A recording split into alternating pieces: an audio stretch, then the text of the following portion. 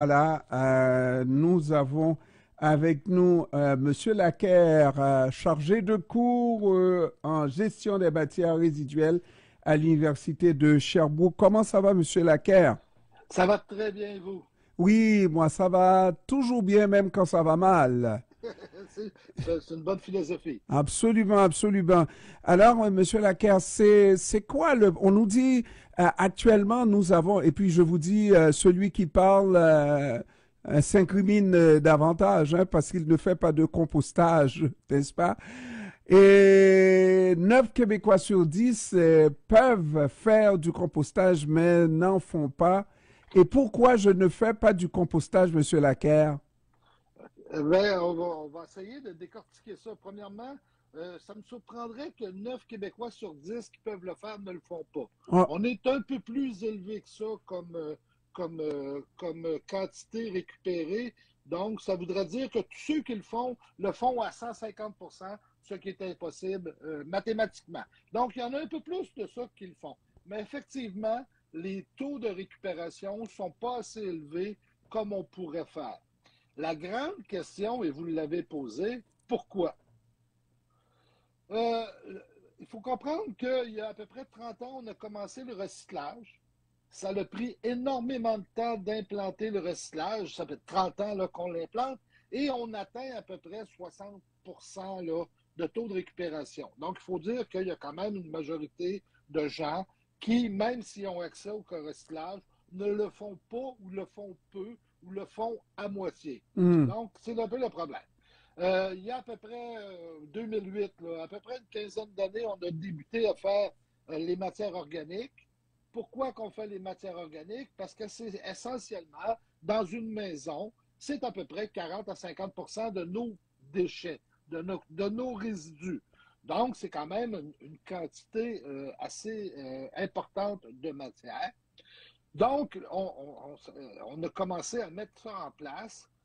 C'est moins drôle jouer dans du spaghetti qui n'a pas été mangé que prendre une boîte de céréales pour la mettre dans un bac de recyclage. Donc, Ouais, on ouais, s'entend. ouais, Donc, il y a beaucoup de monde qui trouve que c'est, entre guillemets, yuck. ouais. C'est pas terrible. Je veux dire, bon, parfait.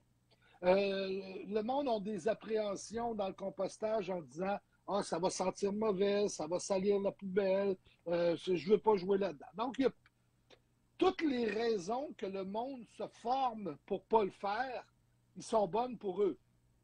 Ouais. C'est compliqué, j'ai pas de place, tout le kit.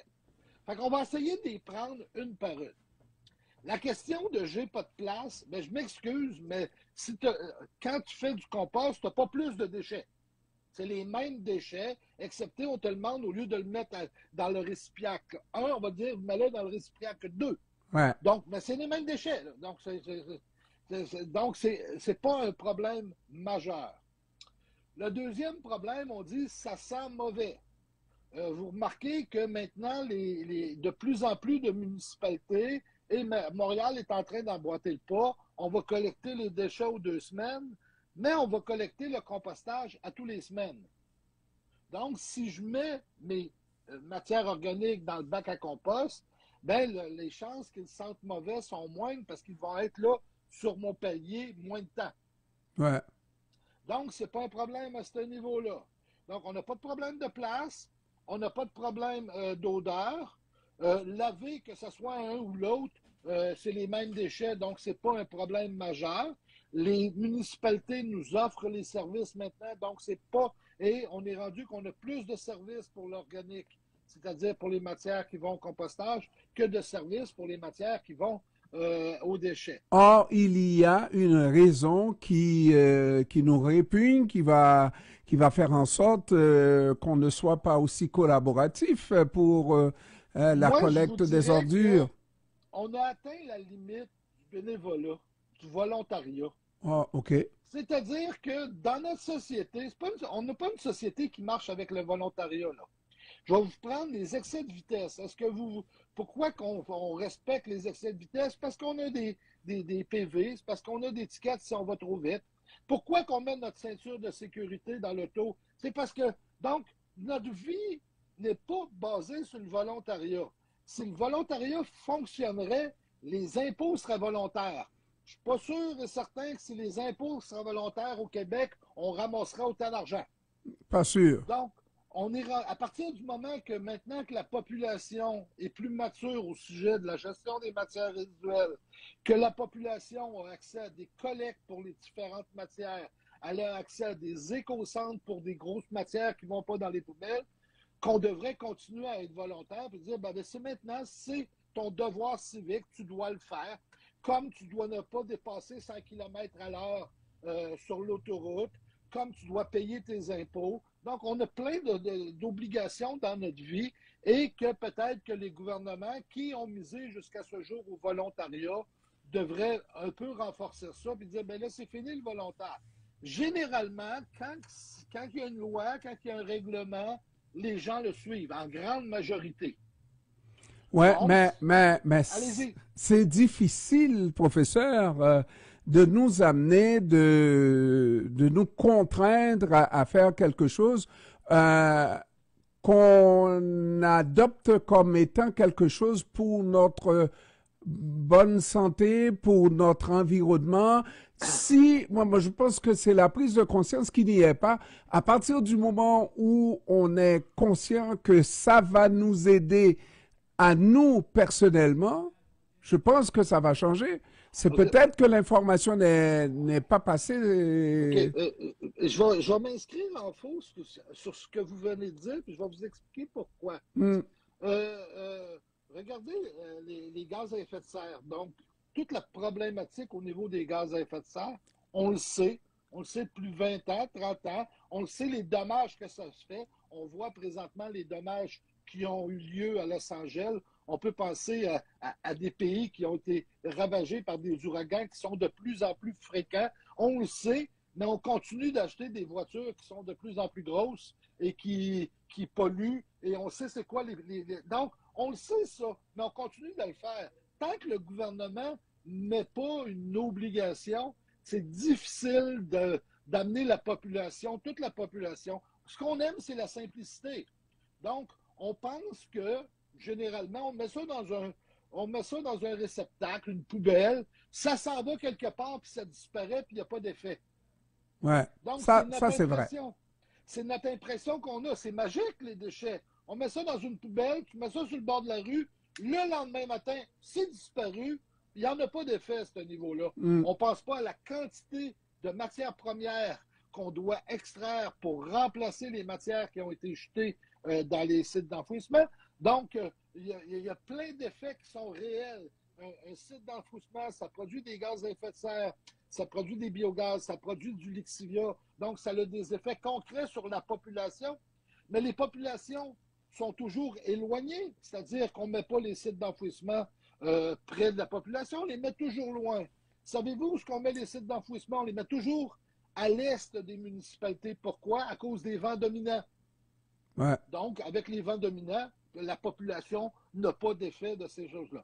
Donc, malheureusement, le système de matière organique, ça fonctionne très bien. C'est un système simple. C'est encore plus simple que la collecte sélective.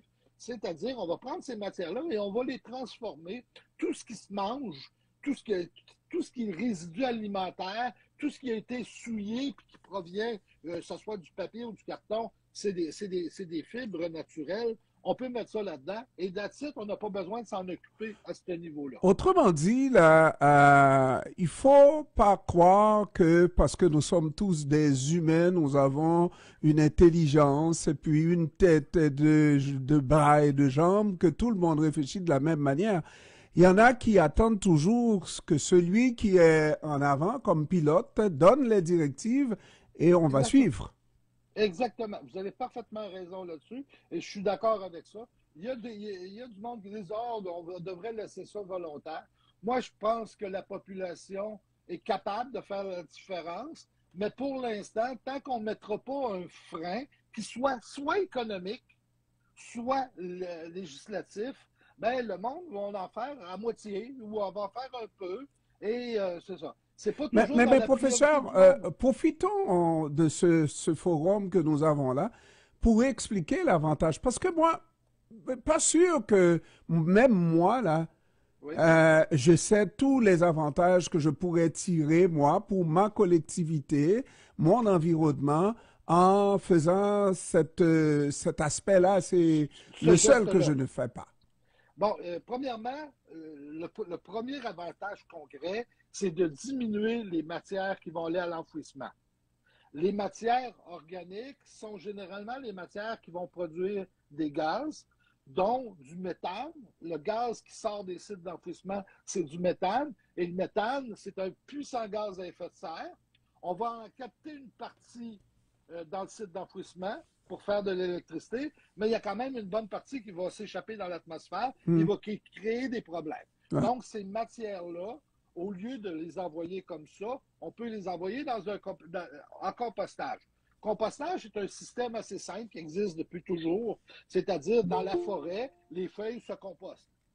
Il n'y a pas personne qui les brasse, il n'y a pas personne qui leur dicte, ça se fait naturellement. Donc, le système de compostage est un système assez naturel où ce qu'on va transformer une matière qui est un déchet, une matière organique, un résidu alimentaire par exemple, en un produit utile, le compost, qui lui va pouvoir être utilisé dans les champs pour stabiliser les champs, pour stabiliser les cultures. Ça ne remplace pas à 100% les engrais, mais ça aide beaucoup à ça. Donc, on va retourner dans la terre le carbone qu'on lui a extrait quand on a fait pousser des plantes. Donc, Ah, c'est bon, le alors retour. là, je comprends. Parce qu'en général, on dit rien ne se perd, rien ne se crée, tout se transforme. Et, Exact. Lavoisier, effectivement, disait ça. oui, et ça, là, pour une fois, là, la transformation, c'est au niveau de ce qu'on a pris de la terre et ça retourne à la terre. Exactement. Et on a deux systèmes de compostage, OK? Il y a ce qu'on appelle des compostages en andin, et après ça, il y a toute la biométhanisation. Qu'est-ce qui est intéressant avec la biométhanisation? Et ça s'applique plus aux résidus alimentaires qu'aux résidus verts, là. C'est vraiment qu'est-ce qui sort de notre cuisine. Qu'est-ce qui est intéressant, c'est que on va transformer cette matière-là en énergie, donc en gaz, et une fois que l'énergie va avoir été extraite, on va pouvoir composter les matières et les retourner à la... Donc, on a deux extraits à ce niveau-là. Donc, c'est fantastique comme matière, c'est-à-dire qu'on va produire de l'énergie et on va pouvoir retourner à la terre de la matière carbonée. Donc, c'est hyper intéressant. Donc, le geste de composter est très, très, très valorisant dans notre Mais pas un société. geste naturel. Donc, il faudrait, moi, vous m'avez convaincu, mais il faudrait que je le voie, que d'autres voient. Vous êtes un grand vulgarisateur, vous connaissez Oui, la matière, mais il faudrait, hein, des fois là, il faudrait qu'on voit, on est un peu Saint Thomas, n'est-ce pas, voir la oui. chose de manière concrète et nous faire participer. Je pense qu'il y aurait beaucoup plus d'adeptes.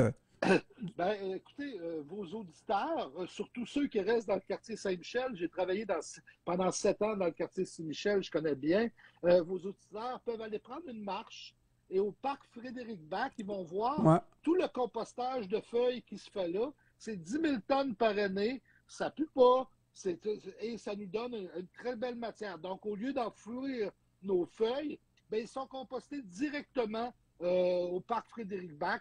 Donc, en allant faire une marche au parc Frédéric-Bach, ils peuvent voir de leurs yeux comment ça se fait. Donc, en même temps, professeur, à l'automne, lorsque les feuilles tombent, il vaut mieux ne pas les remplir les mettre dans un sac noir et les envoyer aux poubelles. Non, exactement. On les met sur le bord du chemin dans un sac à papier ou dans un réceptacle quelconque, une vieille poubelle ou quoi que ce soit, et ils vont s'en aller au parc Frédéric-Bach J'étais et en ils vont train nous de donner du dire que compost. sur mon terrain, ça aurait pu faire la même chose.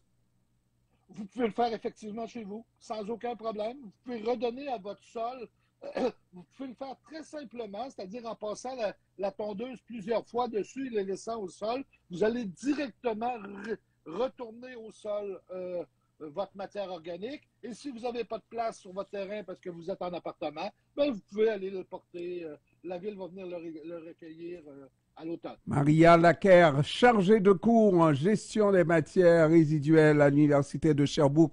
Voyez quelle énergie, quelle capacité de nous convaincre. Merci beaucoup, professeur, d'avoir pris Ça du me temps fait de nous plaisir. parler. Au Merci. revoir. Au revoir.